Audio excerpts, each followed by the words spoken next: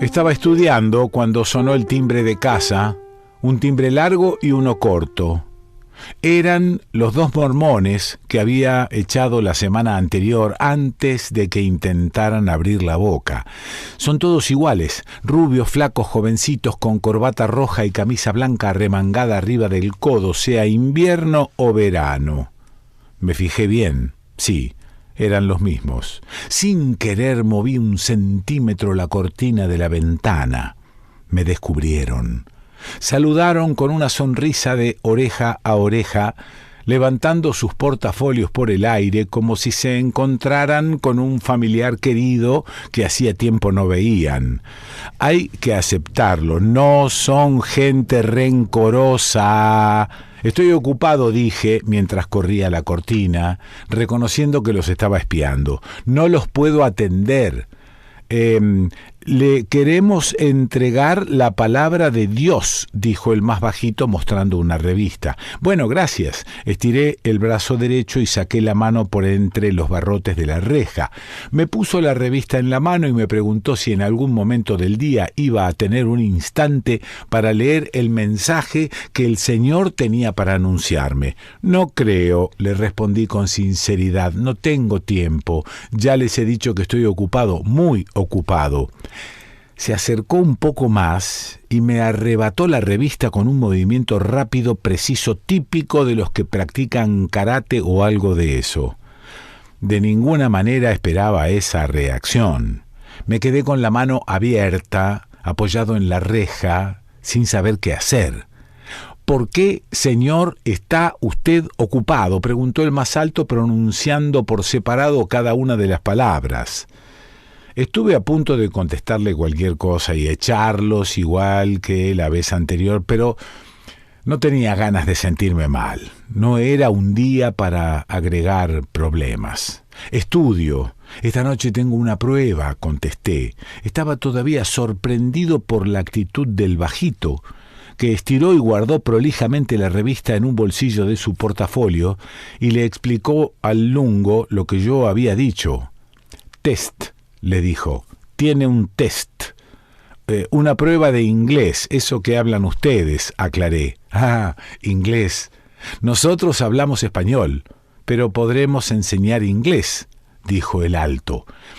El otro hizo un gesto con la boca, no estaba muy convencido. Se tomó unos segundos para ordenar el maletín, lo cerró y afirmó con la cabeza lo que había dicho su compañero. Los hice pasar. Estaban dentro de casa, parados en el centro del comedor, y seguían pidiendo permiso. El más bajito no lo era tanto, me llevaba una cabeza. Les ofrecí sentarse en las 2 únicas sillas más o menos utilizables que tengo en casa. El libro de estudio, el de tapa celeste, estaba abierto sobre la mesa en la parte de inglés. Se los señalé. Vacié el cenicero en el tacho de basura, llevé una taza y un par de platos sucios a la pileta de la cocina, traje un banco de la pieza chica y me senté en medio de los dos, que se mantenían concentrados en los temas del libro, pasando las hojas y dándose indicaciones como si se tratara de verdaderos profesores. Inglés es lo más complicado. No digo que las otras materias sean fáciles, pero por lo menos se entiende qué quieren decir los profesores cuando hablan. Con la de inglés es imposible. Saluda, explica, habla y se despide todo en inglés. No se le puede preguntar ni cuestionar nada. La mayoría de los que estamos haciendo el secundario en el SMATA estábamos ahí por obligación, podría decirse que de mala gana. Según la chica de recursos humanos, si no terminamos los estudios, nos echan de la fábrica. Esto es nuevo.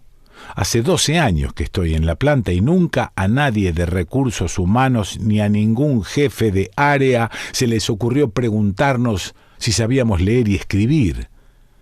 Dicen que ahora es así, por las normas de calidad y no sé qué historia. Vamos a clase los jueves, un solo día a la semana, a la sede de la calle 27 de Abril, y después tenemos que estudiar en casa. Eso es lo difícil. Vuelvo de clase y reparto los libros sobre la mesa hasta el jueves siguiente que los cargo en el bolso. Los miro, los hojeo, sigo los renglones al detalle, pero no me queda nada. Solamente el sonido de las palabras dando vueltas sin demasiado sentido en la cabeza. Mientras Iván vivía conmigo, me explicaba algo, sobre todo matemática y física. Iván es bueno para todas las materias y en particular para los números. Es una lástima que haya abandonado el colegio. Eliana dice que dejó de ir de un día para el otro. Él me dijo que no era así, que la madre no tiene idea de la vida, que este año fue las 3 primeras semanas y no volvió a aparecer por el Sarmiento. Dice que va a rendir 6º año libre. No me parece. No porque lo crea incapaz. Es que en los 5 meses que vivió conmigo no lo vi ni por casualidad sacar de su mochila, si es que tenía, las carpetas y los libros del colegio. El más bajito de los mormones se llamaba Lian. El alto, Edward. Edward me explicó los verbos, el presente continuado o algo así. Lo comparó con los verbos en castellano. No digo que salí diciendo los verbos, como se dice conjugar, pero alcancé a entender más o menos cómo es la cuestión. Edward dio ejemplos con distintos tipos de verbos, los más comunes: comer, vestirse, leer, trabajar. Le costaba pronunciar algunos, igual lo entendí. Edward tenía paciencia, mucha más que la profesora del SMATA. Lian anotaba en una hoja en blanco de mi cuaderno ejercicios para practicar. «Esto es tarea», dijo. Estaban concentrados. Les ofrecí algo para tomar. Aceptaron un vaso de gaseosa. Por suerte tenía una botella de coca abierta en la heladera. Edward pidió permiso para pasar al baño. Estando solos, puede ser que para pasar el rato, porque el que llevaba la batuta de la clase era Edward, Lian me preguntó con quién vivía. «Solo», le contesté. «¿No se nota? Mi mujer se fue el verano pasado». Iván, el chico nuestro, se quedó hasta hace unos meses, pero también se fue. Ella, Eliana se llama, se fue con él, como se dice en inglés, el boyfriend. Iván se fue a la casa de la abuela. Edward volvió del baño, le dijo a Lian algo en inglés. Me pareció que me nombraba, que había dicho Luis o algo por el estilo. Se rieron. ¿Se estaban riendo de mí? ¿De mi forma de vida? ¿Eran capaces de hacer eso, de burlarse de otra persona delante de ella, por más mormones que fueran? En ese instante entró Iván. Abrió la puerta de golpe, se sorprendió de ver tanta gente en casa. Los presenté.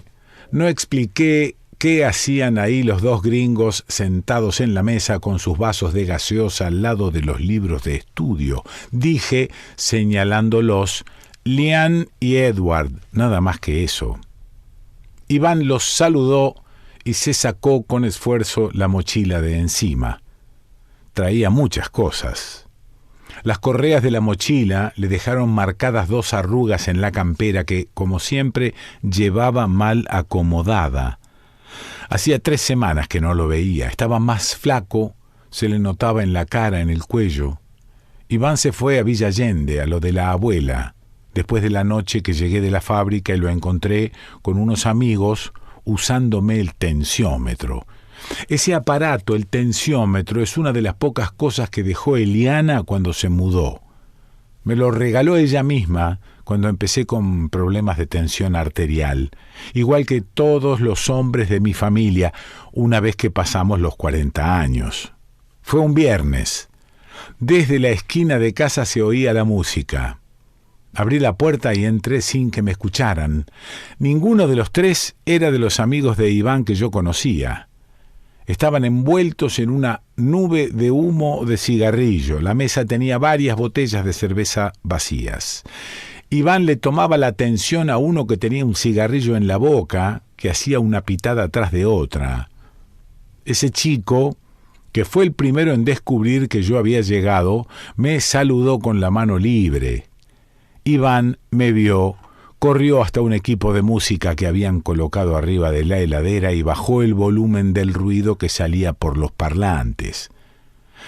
Mi idea era comer algo, lo que encontrara en la heladera y acostarme. Cambié de plan. Con llegar hasta la cama me conformaba. «Estamos haciendo un experimento, una investigación científica», gritó Iván, como si la música no hubiera dejado de sonar fuerte. «Bueno, me alegro», dije, tratando de pasar por arriba de las piernas de uno de los pibes. «Es sobre el efecto del alcohol y el tabaco en la corriente sanguínea», insistió, y no alcancé a oír qué más decía. Estaba en la pieza, con la puerta cerrada, y una jornada con horas extras clavadas en la espalda. De vez en cuando escuchaba que se reían a carcajadas. Me despertaba, pero no tardaba mucho en volver a dormirme. En un momento de la noche me levanté de la cama de un salto, supongo que saliendo de uno de esos sueños que tenía en esa época, con gente de mi infancia que tenía olvidada, con parientes que hacía años que habían muerto. Había algo que se repetía, no eran pesadillas, no las sentía así, eran sueños raros. En vez de que Iván y Eliana fueran a visitarme a la fábrica el día de mi cumpleaños, como se hacía los primeros años que entré a la Volkswagen, iba esta gente que casi no conocía. Me seguían por los pasillos de la fábrica, hacían preguntas que no alcanzaba a entender. Estaba transpirado, la piel fría, con las piernas a punto de acalambrarse. La música había dejado de sonar. La casa estaba silenciosa, estática, como si los habitantes la hubieran abandonado después de un terremoto. Fui a la cocina y encontré a uno de los chicos durmiendo en el piso sobre una campera, almohadones y trapos que seguramente había manoteado por ahí. Me llevé por delante las zapatillas, por poco no caigo encima del pibe. Iván dormía en su pieza. Los otros dos se habían ido. Intenté dormir un rato más y no pude. A medida que amanecía, que la claridad del día ingresaba por la ventana, fui descubriendo las cosas que faltaban. Era fácil darse cuenta. Faltaba una caja con cubiertos de plata que eran de mamá y estaban en la parte superior de la alacena. Faltaba la cafetera Volturno, la chica, porque la grande se había ido en alguna de las cajas que había armado Eliana. Faltaba un estuche de cuero con un cuchillo y un afilador que había ganado en una cena de fin de año del sindicato. Y lo más evidente de todo, faltaba el tensiómetro con el que los chicos habían pasado la noche jugando. Tuve un arranque de rabia, una bronca que me corría por todo el cuerpo. Después, obviamente, me arrepentí. Supongo que tenía que ver con observar la casa más vacía de objetos de lo que ya estaba, sin esas cosas que, aunque no servían para nada, eran recuerdos de épocas pasadas, o porque las podía extrañar, o porque habían sido en esos meses mi propio espacio, el paisaje al que me había acostumbrado. Entré como una tromba a la pieza de Iván, le saqué las sábanas de encima y moviendo con la mano izquierda la cabecera de la cama le grité con esa voz que me sale pocas veces que grito, así de manera descontrolada, algo sobre los amigos y lo que se habían robado y un montón de cosas sobre él y la madre y la vida que estábamos llevando todos. Iván no entendía nada. «¿Qué te pasa? ¿Qué te pasa, loco?», preguntaba medio dormido, pataleando, buscando cubrirse la cara con la almohada. Seguimos en esa lucha, yo a los gritos y él defendiéndose como podía. Cuando bajé un poco el volumen de los gritos, oí que repetía varias veces y con distintos tonos, como si se tratara de un cantito, las palabras «fracasado de mierda». Solté las sábanas, salí de su pieza y me encerré en la mía. Me senté al borde de mi cama a esperar que la respiración se normalizara, que entrara aire a los pulmones. Escuché unos ruidos en la cocina y en el pasillo, unas risas potentes. Al rato, el estruendo de la puerta de calle que se cerraba, a propósito, con fuerza. La única noticia sobre Iván que había tenido en esas 3 semanas era un mensaje en el contestador hecho de mala gana por la abuela, en el que me decía que el chico estaba con ella y estaba bien. Ese jueves a la tarde llegó sin avisar. Estaba de buen humor, como si no hubiera pasado nada entre nosotros. Buscó la otra banqueta, la que está en el baño, y se sentó al lado de Edward, que siguió explicándome los verbos. Lian sacó de su portafolio una revista más gorda que la que había intentado darme a mí un rato antes. Más bien era como un librito. Antes de dárselo, Lian le hizo la misma pregunta que a mí, si lo iba a leer. Iván con seguridad le dijo que sí. Alcancé a ver la tapa. Lo que los jóvenes preguntan, respuestas prácticas. En la parte de arriba aparecían fotos superpuestas de una chica japonesa, un negro sonriente que miraba al que le sacó la foto y un ciclista. Iván acercó la mochila, guardó el libro en un compartimento, sacó un paquete, algo envuelto en papel de diario. «Esto es tuyo», dijo sin mirarme. Apoyó un aparato en el poco espacio libre que quedaba sobre la mesa. No era mi tensiómetro, no era ni parecido. Era digital, como el mío, pero era uno de los antiguos. Este estaba gastado, como en vez de tener un uso familiar, tomarse la tensión una vez a la semana, muy de vez en cuando, hubiera sido utilizado por el médico de un hospital. Edward preguntó qué era. Iván, en vez de explicarle de qué se trataba, hizo una seña de que se arremangara el brazo izquierdo, un poco más arriba de lo que ya lo tenía arremangado. Edward soltó una hoja y le hizo caso. Iván le puso el brazalete y accionó el tensiómetro. Repitió la operación porque el brazalete había quedado chico para el tamaño del bíceps de Edward, que se mantenía quieto, largo y fibroso como era, extendido sobre los apuntes. Iván tomaba la tarea con seriedad. Quise decir algo. Chistó pidiendo silencio para que Edward no se distrajera. Cuando el brazalete se desinfló, se tomó unos segundos para decir que estaba perfecto. 8, 12 y medio, la alta y la baja. Después le tomó a Lian y al final a mí. Siempre concentrado, atento a la pantalla del tensiómetro. No teníamos que hacernos problemas.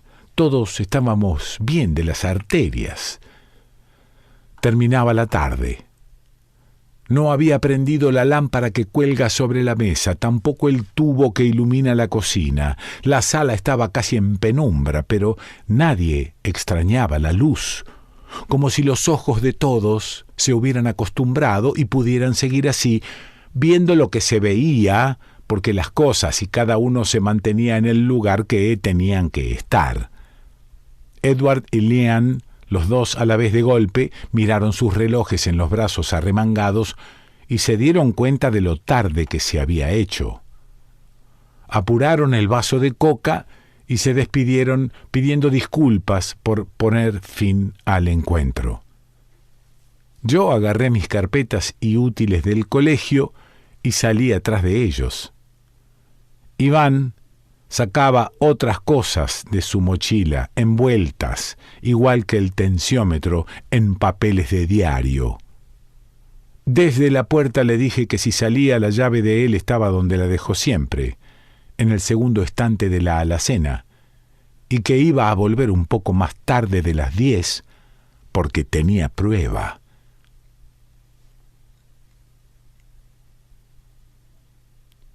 Sergio Gaiteri.